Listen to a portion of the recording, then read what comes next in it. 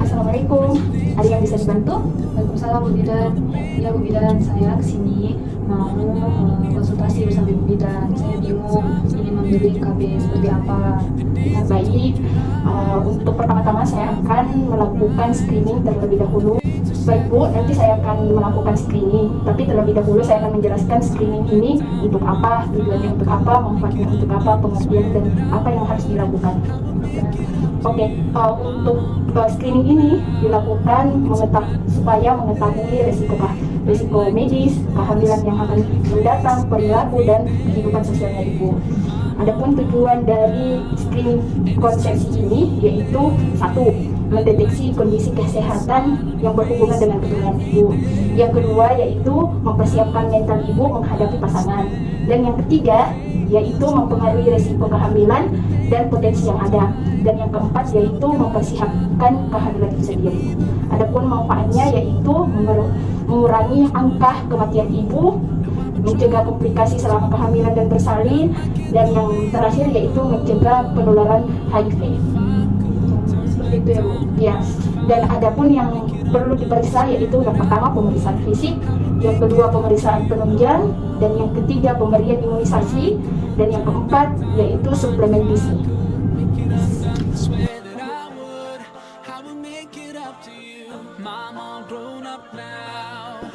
Bagus, saya bisa tanda kali.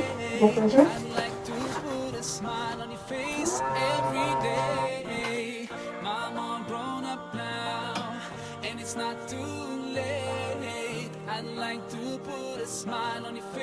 every day. You know you are the number one for me.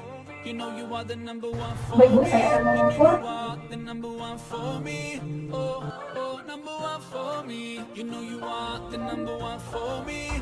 You know you are the number one for me. You know you are the number one for me. Oh, oh, number one for me. There's no one in this world that can take your place. Oh, I'm so Jadi bagaimana Bu Bidan hasilnya? Alhamdulillah Bu, semuanya bagus. Namun ada pemeriksaan anemia atau HB sendiri yang normalnya 12 sampai 16. Namun Ibu hasilnya 10. Oleh karena itu, Ibu harus sering-sering makan makanan zat besi dan hindari kafein serta selalu minum tablet penambah darah. Oke, baiklah Bu. Baik Bu, saya akan melakukan suntik DD. Pertama-tama saya akan I swear that I would make it up to you. Mom, all grown up now. It's a brand new day. I'd like to put a smile on your face every day. Jadi tadi kita sudah melakukan suntik DD. Suntik DD itu terdiri 5 kali. 1 kali pertama 2 pekan sebelum menikah. TT2 itu dilaksanakan setelah 1 bulan setelah TT1. Untuk TT3 dilaksanakan 6 bulan setelah TT2. Untuk TT4 dilaksanakan 12 bulan setelah TT3. Untuk TT5 dilaksanakan 12 bulan setelah TT4. Baik Bu, tadi ada pemeriksaan penunjang di mana Ibu terkena anemia ringan.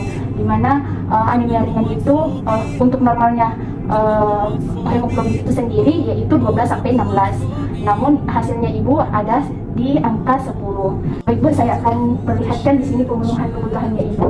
Di sini ada program pemerintah 4 sehat 5 sempurna. 4 sehat itu terdiri dari karbohidrat, buah-buahan, sayur mayur, serta lauk pauk serta susu. Baik Bu, untuk karbohidrat itu sendiri atau makanan pokoknya Ibu ada beras, roti, kentang, maupun jagung. Untuk sayuran-sayuran itu sendiri ada wortel, tomat, bayam.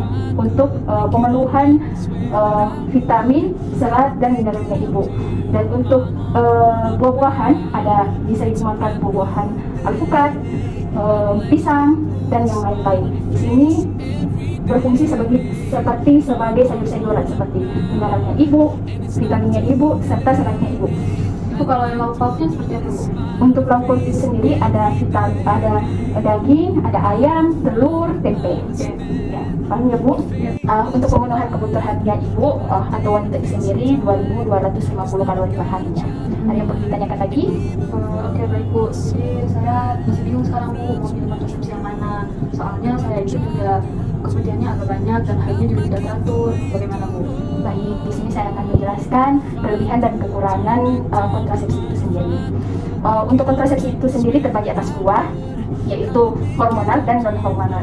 Yang non hormonal itu sendiri ada kondom, di mana kondom ini adalah kontrasepsi yang dipasangkan kepada suaminya ibu, yang digunakan selama masa seksual, digunakan dalam duri seksual itu sendiri. Adapun kelebihannya yaitu perlindungan terbaik dari infeksi menular seksual dan dapat digunakan sesuai kemauannya ibu dan tidak mengganggu hormonnya ibu.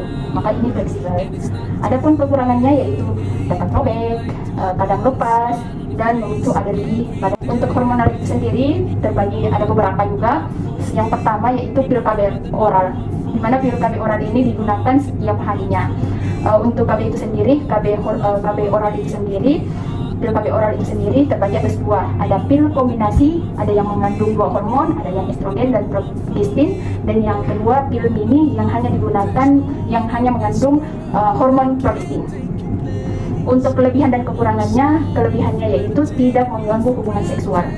Dan yang kedua mengurangi menstruasi berat, dan yang ketiga menekan jerawat. Baik, dan kekurangannya yaitu tidak cocok bagi wanita yang alergi estrogen dan tidak melindungi dari infeksi menular seksual. Nah, sedangkan kondom tadi mengandung dia bisa melindungi dari infeksi menular seksual itu tadi. Dan selanjutnya ada IUD. IUD ini sendiri yaitu benda atau perangkat yang terbentuk seperti T yang dipasang oleh bidan maupun dokter yang profesional. Adapun kelebihan dan kekurangannya yaitu menawarkan perlindungan yang sangat-sangat efektif untuk mencegah kehamilan jangka panjang. Dan kekurangannya yaitu kemungkinan terjadi pendarahan 6 bulan setelah pemakaian, 6 bulan dalam duri pemakaian itu, dan tidak melindungi dari infeksi menular seksual. Baik Bu, selanjutnya ada implan. Implan itu sendiri yaitu bidan maupun dokter akan memasangkan kepada ibu sebuah batang kecil yang fleksibel di dalam kulit ibu, di lengan ibu. Dan tahapnya durasinya itu ada 3 tahun, during 3 tahun. Ya. Adapun kekurangannya yaitu kelebihannya yaitu sangat efektif untuk mencegah kehamilan, tidak mengganggu hubungan seksual dan bertahan lama. Dan yang kekurangannya yaitu membutuhkan bantuan dokter atau bidan untuk melepas dan memakainya. Beda tadi dengan yang kondom fleksibel. Oke, dan tidak melindungi dari yang namanya infeksi menular seksual, dan juga kadang terjadi pendarahan. Selanjutnya adalah suntik KB. Suntik KB ini sendiri tergolong hormonal juga, sama dengan IUD dan implan tadi. Untuk suntik itu sendiri ada yang 1 bulan, ada yang 3 bulan. Kelebihannya yaitu ini sangat fleksibel juga dan sangat efektif, dan berbagai masyarakat kebanyakan memakai suntik KB ini karena sangat fleksibel. Namun kekurangannya itu sendiri ialah hal tidak teratur, dan ibu harus mengingat setiap bulannya kapan ibu suntik. Tidak boleh lewat. Jadi ibu harus mencatat tanggal kapan terakhir ibu melakukan suntik KB itu sendiri, KB 3 bulan itu sendiri, dan tidak melindungi dari yang namanya infeksi menular seksual. Baik Bu, sepertinya dari penjelasan Ibu tadi, saya akan memilih kontrasepsi kondom saja Bu.